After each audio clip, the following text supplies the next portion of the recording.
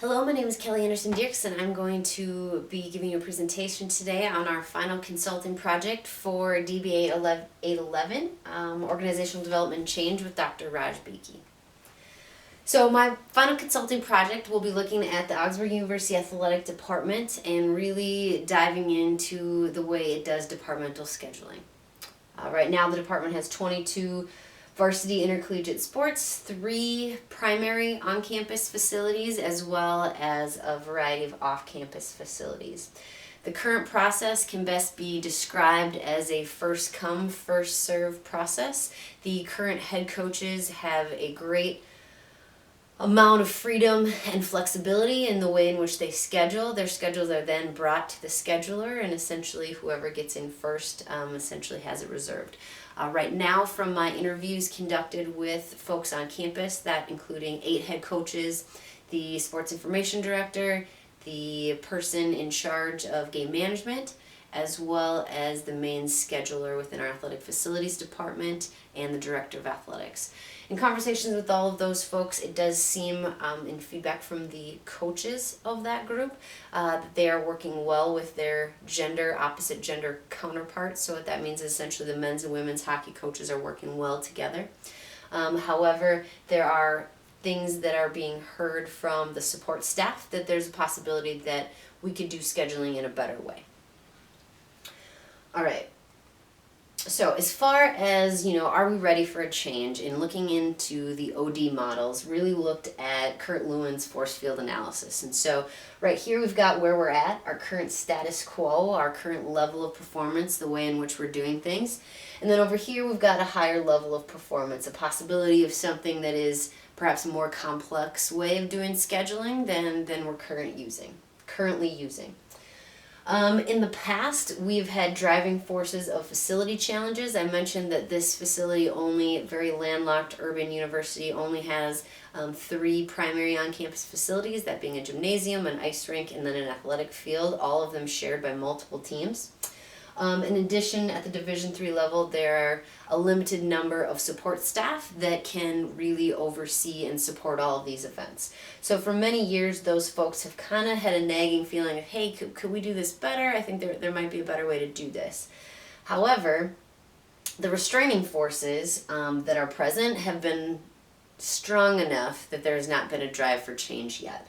So the restraining forces really being the flexibility that the coaches have in the schedule right now to find and create the schedule that most sets up them to achieve their program goals. Right now, that first come, first serve model, for the most part, 95% of the time it's been working. And then just in general, resistance to change. So what has changed since, we've looked at this last? And essentially, the facility challenges have grown. This past summer, there was a relocation of the athletic training room, which caused an additional stress on the facility, as the new space was a primary visiting team locker room, particularly for the sport of football. So facility changes have grown. In addition to that, increased team success.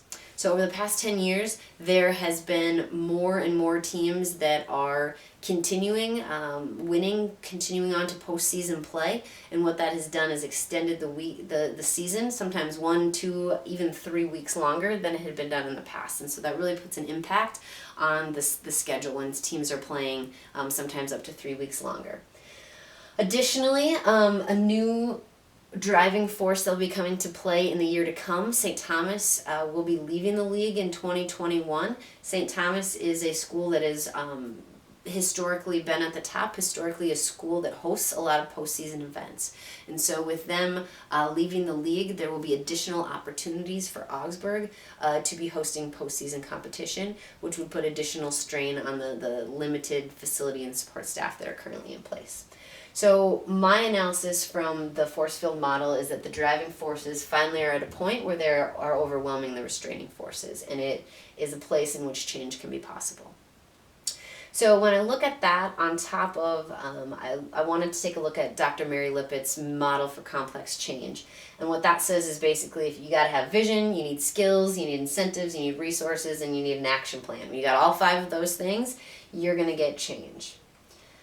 Well, it's clear in looking at the department right now that there is not a departmental vision for when it comes to scheduling across all programs. And so that's something that needs to happen, or the result will be confusion according to this model.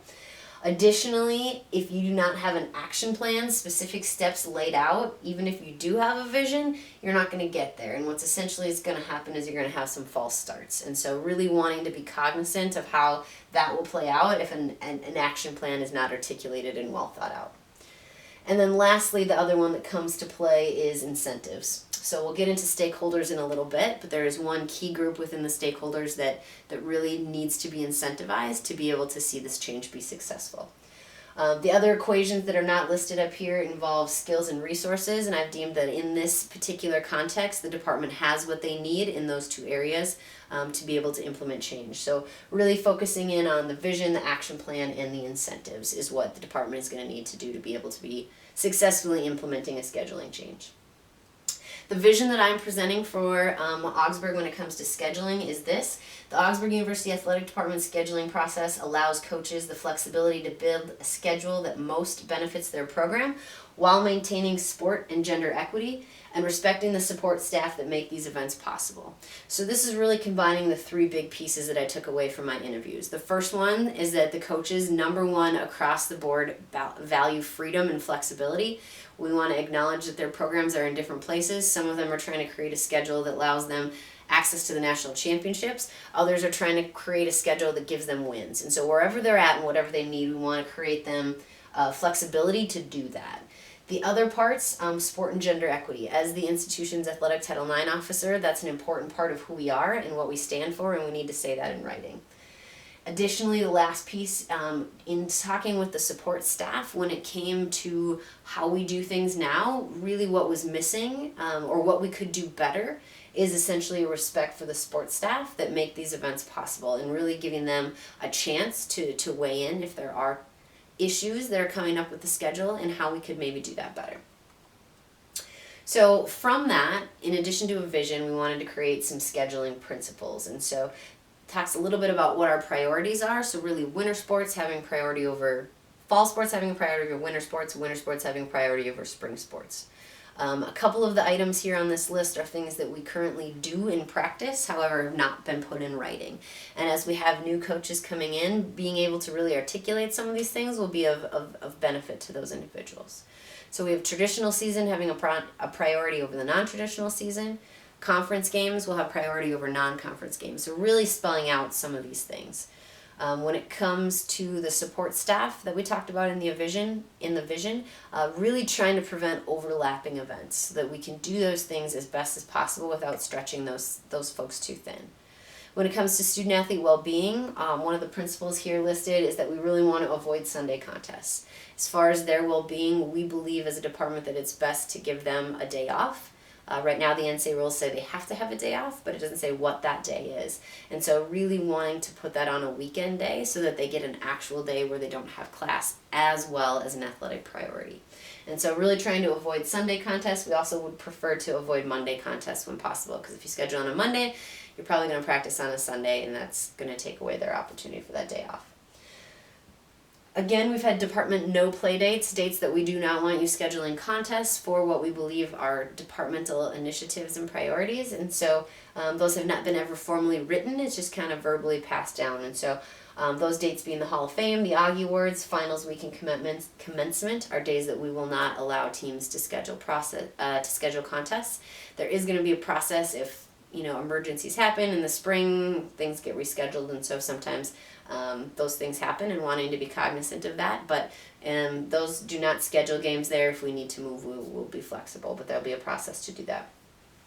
And then additionally, a new one, when I was discussing the increased competitiveness and success of the teams, we're really getting into a place where we're talking about hosting postseason events. And so if a team is wanting to put in a bid to host an NCAA postseason event, we as a department want to do everything we can to make that possible. And we want to have an opportunity to add pieces into our game contracts so that we would have the opportunity to do that, something that we have not historically done. Okay, so when it comes to our stakeholders, our sports information staff, sports medicine, game management, and facilities management, all of those folks are already on board. As far as needing to develop political support, those folks, they're on board, they're ready to go. Student athletes certainly are stakeholders, however, they are more tangentially related in that they certainly are affected by the outcome of the schedule. However, the way in which the schedule is developed is not of huge consequence to them. So the big one that's left is the coaches. The coaches are the ones that for a very long time have been essentially doing things in a variety of ways, which whatever worked best for them. And so essentially they're the ones that we're asking to experience the most and greatest change. And so being able to provide an incentive that would make it attractive to jump on board with the change is something that is going to need to be discussed. The proposed solution, we're going to come up with a new timeline, a unified timeline.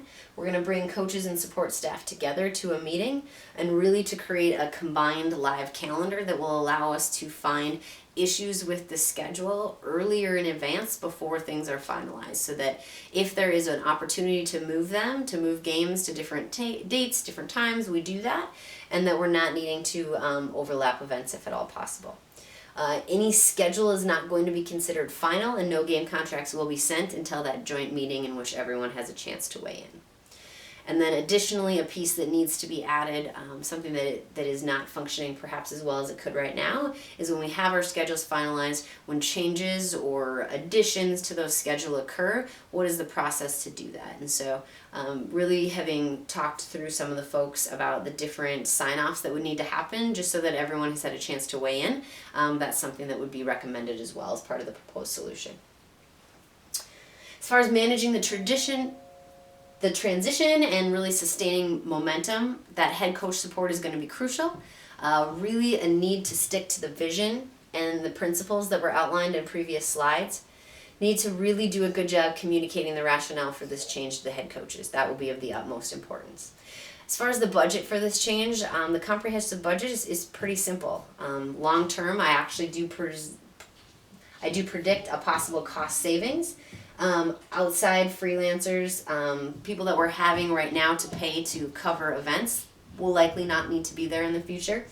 As far as the short term is concerned, a budget of providing food as an incentive to those head coaches in that combined meeting. So fall and winter sports would probably looking at about a $200 budget for a lunch, and then when we bring the winter and spring coaches together, about a $150 budget. So the proposed budget for the whole change is around $350 per year, which seems pretty reasonable for being able to do something a lot better than we're doing right now.